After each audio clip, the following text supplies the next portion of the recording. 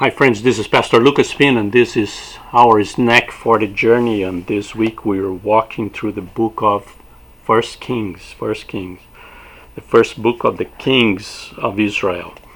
As I said, the beginning is Solomon, that he's the last. Well, his son is going to be the last one, but he's not going to be king for a long time because the kingdom will split. So Solomon, in reality, is the last king of the United Kingdom, and then the kingdom will split for the north and the south. But here Solomon, remember when God said to David that you're not going to build the temple, your son will build the temple.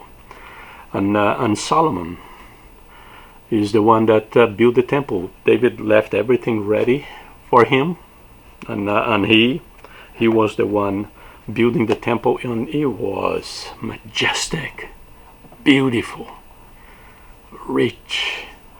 It was great. It was a great temple. And when they dedicated the temple, Solomon made a prayer. It's very interesting because that building is considered one of the most beautiful construction in history, the building, the Temple of Solomon. And people, even today, people say the Temple of Solomon. It was extraordinary. And this is what Solomon says to God. And it's so great to have this kind of scriptures today, so we can have the perspective in the sense that, well, you know what, this guy has something here. Chapter 8, it's the prayer of dedication, Solomon's prayer of dedication. And Solomon says this, chapter 8, verse 27. But will God really dwell on earth?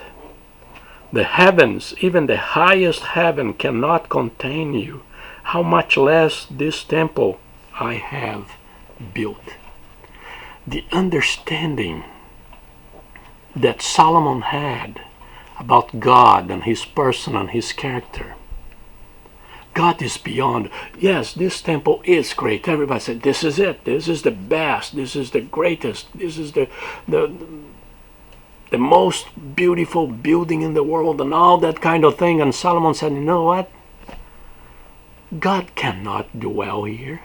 This is not good enough. This is not big enough. This is not pretty enough. This is not rich enough for God. He's beyond that. He cannot. The heavens, even the highest heaven, cannot contain you. So if the heaven cannot contain you, this simple building cannot do it. The idea that God does not belong, God is not enclosure, God is not tied to a building. This is what Solomon is saying here for us. It's beautiful. Say, look, you are beyond this building. This building cannot contain you. Even the heavens cannot contain you. You are beyond that. How much? The heaven cannot contain you. How much less this temple I have built?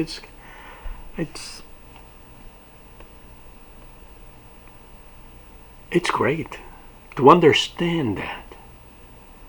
Sometimes we have the idea that the building is it, and God is there, and God is not somewhere else. And when we're facing all those struggles that we're facing lately, we are locked down in our homes, and we cannot have in touch and service and all that kind of thing, and we think that, oh, we cannot go to church, oh, this is going to be bad for my spiritual life.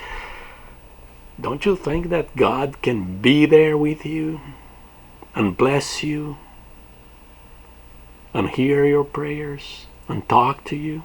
Yes, He's God. Solomon understood that building, beautiful, extraordinary building that he built for God, he was not able to contain God, because God, it goes beyond. God goes beyond those walls. And it's the same thing with you. It's the same thing with your church. God is not contained there in your sanctuary. God is there with you and He's everywhere.